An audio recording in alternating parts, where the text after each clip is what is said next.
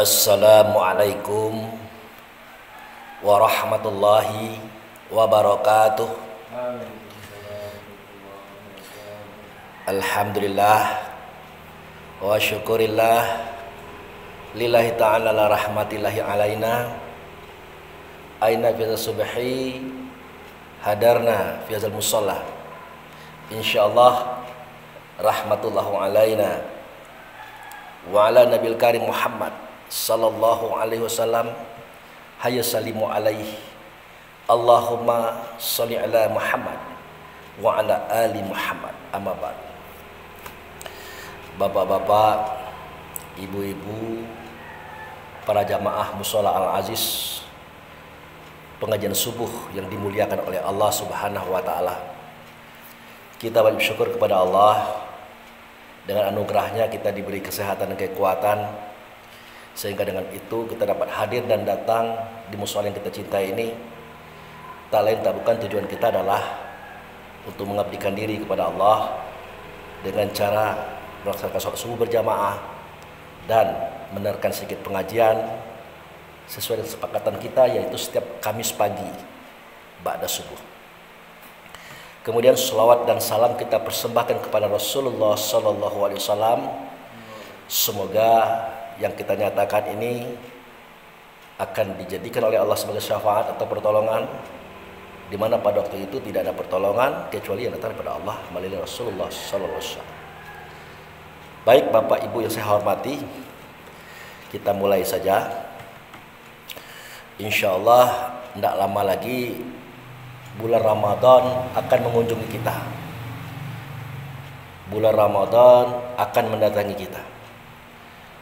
Oleh karena itu ada sesuatu hal yang penting untuk kita ketahui adalah mempersiapkan mental. Mental itu artinya kekuatan batin kita itu, Pak. Dan juga mempersiapkan spiritual kita, yaitu pemahaman tentang kerohanian. Otomatis mempersiapkan juga fisik. Nah, kalau fisik ini tidak sehat, nanti kita malah tidak bisa melaksanakan as-saum di bulan Ramadan itu. Jadi mumpung ini kira-kira 1 minggu lagi, maka perlu kita fokus, perlu kita perhatikan supaya momentum di mana Allah mengasihi kita, mengampuni dosa, membebaskan kita dari azab neraka, dan mengembalikan kita kepada fitrah itu tidak lepas. Nah, jadi bapak-bapak ibu saya hormati, dikatakan oleh Allah dan Rasul dalam sebuah hadis Nabi yang bunyinya begini: Iza ja'a Ramadan wa futihat abwabul jannah wa ghuliqat abwabun nar wa sifudatis sajatin. Jadi kalau dalam bahasa kitanya, kalau datang bulan Ramadan, itu semua pintu surga dibuka, semua pintu neraka ditutup, dan syaitan-syaitan dibelenggu. Hanya saja selama ini pengertian dan pemahaman kita terhadap hadis Nabi itu terlalu sederhana, sehingga kita mengatakan bahwa pintu surga itu Allah yang membuka, Pak Abu. Neraka Allah yang menutup, Pak Abu. Syaitan Allah yang membelenggu, Pak Abu. Padahal jelas kalimat itu berbunyi, Ya ayyuhallazina amanu kutiba alaikumussyam kama kutiba alal ladzina min qablikum la'alakum tattaqun.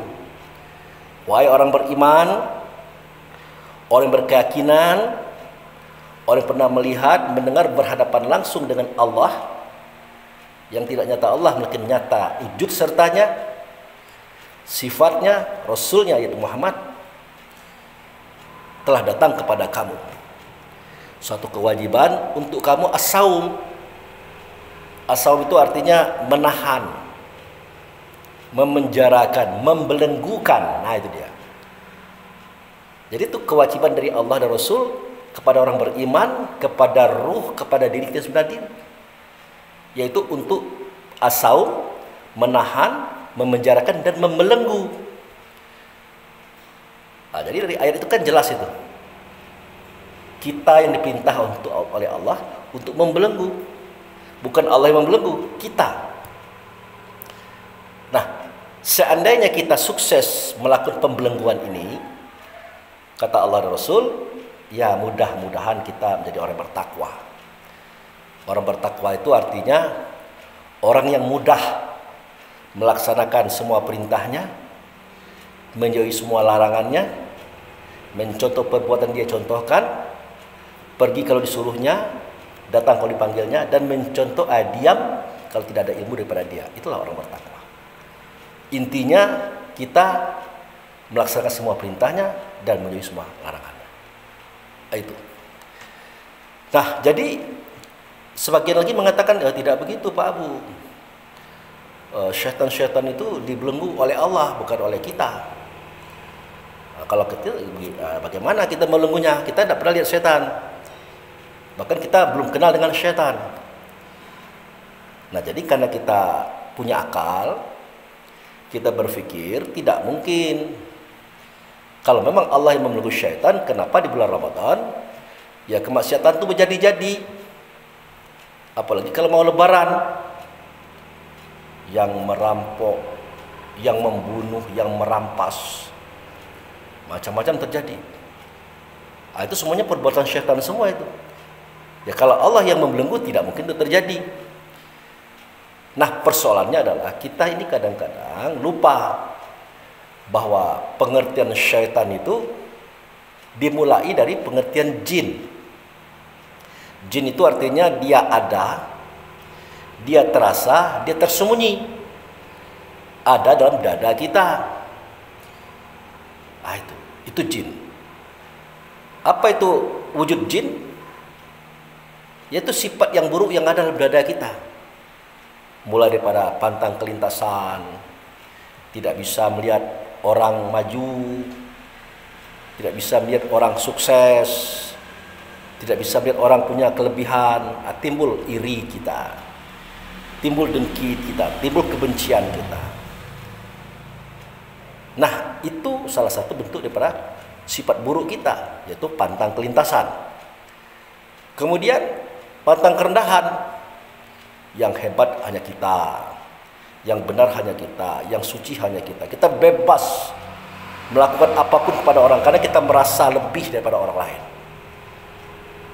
Itu yang kedua. Yang ketiga, sifat rakus pantang kekurangan. Kaya sudah, harta banyak, pangkat tinggi, masih juga ingin mengambil hak orang lain. Yang keempat, sifat pantang tersinggung dan tidak mau kalah. Jadi 4 sifat itu kalau digabung, pantang kelintasan, pantang kerendahan, pantang kurang, pantang kalah, kalau digabung dia memunculkan 10 sifat. Ajib, ria, takabur, iri, dengki, hasud, fitnah, tamak, loba dan sombong. 10 tambah 4 sama dengan 14, muncul 3 sifat. Benci, dendam dan menghancurkan. Sifat itu ada pada setiap kita manusia. Dalam dada kita dia. Dia ada, dia terasa, dia tersembunyi. Itulah jin itu. Itulah jin itu. Makanya seketika kita mulai membenci orang, iri dengki kepada orang, hati-hati, itu jinnya sudah mulai mengamuk itu. Nanti dia akan merembet, akan berubah dan menjelma menjadi suara dan kata. Akan ngomong-ngomong kepada orang lain. Pak Pen itu tiap sebentar beli mobil, tiap sebentar merehab rumah, dari mana duitnya? Apa sih pencariannya? Mulai dia mengorek-ngorek kelebihan orang, dia mengorek pencapaian orang. Nah, kalau sudah muncul iri dengki tadi dalam bentuk suara kata, itu tidak tersembunyi lagi itu. Itu tidak jin lagi, tapi sudah iblis namanya, yaitu berbisik-bisik. Kenapa dikatakan berbisik-bisik? Karena dia membicarakan Pak Pen itu tidak langsung, di belakang.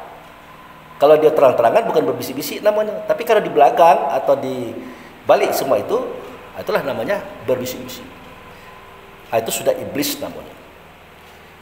Nah, seketika kita menginginkan kehancuran Pak Per, kehancuran usahanya Pak Per, kerusakan apa yang beliau miliki. Itu sudah. Kalau itu kita lakukan, itulah setan itu. Mulai daripada kita iri dengki, itu jin. Mulai kita membicarakan kemana-mana, itu iblis. Nah, seketika kita mengeksekusi, menghancurkan Pak Pen dengan semua pencapaiannya, itu kita lakukan, itulah setan. Jadi setan itu nyata, bukan gaib, nyata. Siapa yang mengatakan setan itu nyata? Ya Allah dan Rasulnya. Tertuang dalam kitab Quran surat Yasin. Alam ahad ilaikum ya bani Adam ala ta'budu syaitan innahu lakum aduwwum mubin. Aku udah jelaskan kepadamu wahai anak Adam, jangan mengikuti, jangan menyembah, jangan menurut kepada penyakit hati dalam dada. Sesungguhnya bagi kamu setan itu adalah nyata. Kenapa nyata? Ya karena setan itu adalah kita sendiri. Kapan? Seketika kita melakukan iri, dengki, hasud, fitnah tadi, berbicara kemana-mana, kemudian kita mengeksekusi, kita melakukan tindakan menghancurkan orang lain. Itulah setan itu. Nah, oleh karena setan itulah nyata, dia adalah diri kita, wajar kalau kita diperintah oleh Allah untuk membelenggu dia, untuk memenjarakan dia. Bukan Allah yang membelenggu, ya kitalah. Nah, oleh karena processing ini sangat berat, sering mengandung kelupaan, maka Allah beri tanda. Apa itu tanda? Nah, jadi seketika bulan Ramadan datang, waktu fajar itu kan kita disuruh itu bersahur, makan dan minum. Supaya apa? Besok kita tidak lapar, tidak haus, dan tidak bertemu suami istri di siang hari. Jadi tidak makan, tidak minum, tidak bertemu istri di siang hari itu adalah tanda puasa itu. Ya. Itu tanda puasa, bukan puasa, tanda puasa. Biar kita tidak lupa kalau kita lagi berpuasa, lagi menahan, lagi membelenggu setan. Itu tandanya itu. Nah, kebanyakan kita lain lagi. Kita memang tidak makan siang hari itu. Kita tidak minum siang hari itu. Dan kita pun tidak berhubungan suami istri di siang hari itu. Kita kira itu puasa, akhirnya kita mengupat, menggunjing, berbohong, marah-marahan, lancar. Tidak kita persoalkan. Nah, padahal sifat-sifat buruk yang kita buat tadi, itu sudah membatalkan pembelengguan itu sendiri. Sudah membatalkan pemenjaraan itu sendiri. Sudah membatalkan as-saum itu sendiri. Ya buktinya apa? Jinnya lepas, iblisnya lepas, setannya pun lepas. Padahal diperintah untuk membelenggu. Nah, itulah pemahaman ya ayyuhallazina amanu kutiba alaikumusiyam. Wahai orang beriman, telah sampai kepada kamu suatu momentum di mana kamu as-saum, menahan, memenjarakan, membelenggu setan. Setan yang mana? Setan yang ada pada dirimu.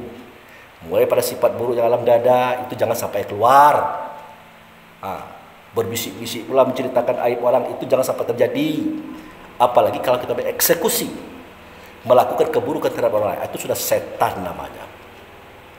Nah, inilah yang dimaksud oleh Allah dan Rasul, jika datang bulan Ramadan dibukakan pintu surga.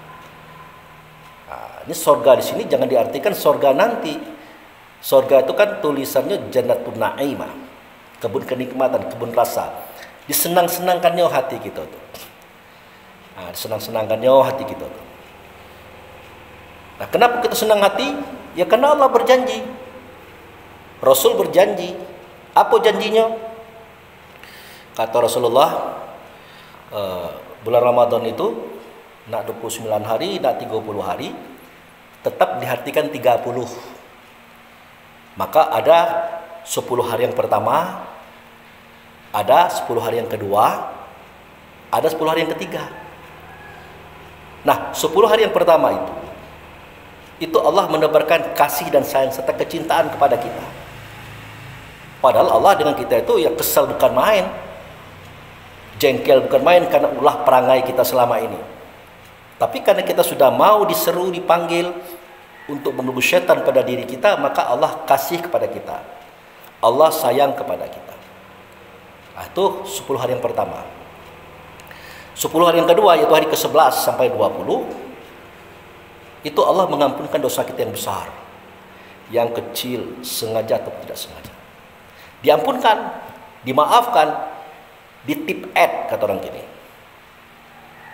Nah, pada momentum hari ke-21 sampai 30, itu kan dosa kita kan sudah tidak ada lagi itu. Sudah dibersihkan itu. Artinya kita tidak punya dosa lagi, kan sudah diampunkan semuanya oleh Allah. Waktu itulah berlakulah itqum minan nari. Aku bebaskan kamu dari azab neraka. Siksa neraka, panasnya pemikiran, panasnya perasaan, panasnya suara kata, dan panasnya perbuatan dirimu. Aku bebaskan. Nah, jadi seandainya kita sudah dibebaskan dari azab neraka, kalau kita mati pada saat itu, ya tentu kita dalam kondisi suci, bersih, tidak ada noda. Insya Allah kita surga Allah langsung. Tetapi apa boleh buat, kata Allah dan Rasul, waktu 10 hari yang pertama, 10 hari yang kedua, 10 hari yang ketiga, ya kamu berpuasa, kamu menahan, kamu belenggu, tapi begunjing laju juga, mengupat laju juga, berbohong laju juga, ribut-ribut laju juga. Nah, ini membatalkan sebenarnya. Tetapi karena Allah sayang kepada kita, Rasul cinta kepada kita, semua itu dimaafkan dengan cara membayar zakat fitrah, yaitu 10 canting beras atau beberapa rupiah uang. Itu diberikan kepada Allah dan Rasul. Caranya bagaimana? Ya tentu melalui orang miskin, fakir, orang susah-susah. Jadi momentum zakat fitrah itu adalah sifatnya membersihkan diri kita yang sudah kotor seketika kita berpuasa. Nah, itulah makanya kenapa pada tanggal 1 Syawal terjadi Idul Fitri. Idul Fitri itu artinya kembali kepada kesucian, sebagaimana kita dilahirkan emak kita waktu dulu. Nah, itulah usulnya terjadi Idul Fitri. Cuman tidak gembira kita mendengar itu. Nah, inilah yang disebut dengan pintu surga dibuka. Nah, seketika kita menjaga diri kita untuk tidak bermaksiat, untuk tidak melakukan kesalahan, kekeliruan, itulah dimaksud dengan pintu neraka ditutup. Kemudian kita menjaga diri kita dari sifat yang 17 macam tadi, itulah disebut dengan membelenggu setan. Maka benarlah kata Allah dan Rasul, jika datang bulan Ramadan, dibukakan pintu surga, ditutup pintu neraka, dan dibelenggu setan. Yang membelenggu setan itu adalah diri kita sendiri. Nah, untuk ini Bapak-bapak, Ibu-ibu, siapkanlah mental spiritual kita, siapkan fisik kita, jangan sampai nanti kita tidak dapat kebahagiaan ini. Karena ini sangat penting. Hanya 1 kali setahun di mana Allah membebaskan kita daripada kesalahan kita, kekeliruan kita. Ya, kalau kita ketemu besok ini bulan Ramadan, kalau tidak kita kena. Kenapa? Kena kerugiannya itu. Jadi itu saja Bapak Ibu yang saya hormati yang bisa saya sampaikan. Semoga kita mawas diri, hati-hati, jaga kesehatan fisik, kesehatan rohani, niatkanlah kita untuk menerima ampunan Allah, maaf Allah, kasih sayang Allah, dan niatkanlah kita Idul Fitri, kembali kepada kesucian, yaitu di momentum seketika kita dilahirkan oleh emak kita waktu dulu. Demikian, terima kasih. Wabillahi taufiq wal hidayah. Assalamualaikum warahmatullahi wabarakatuh.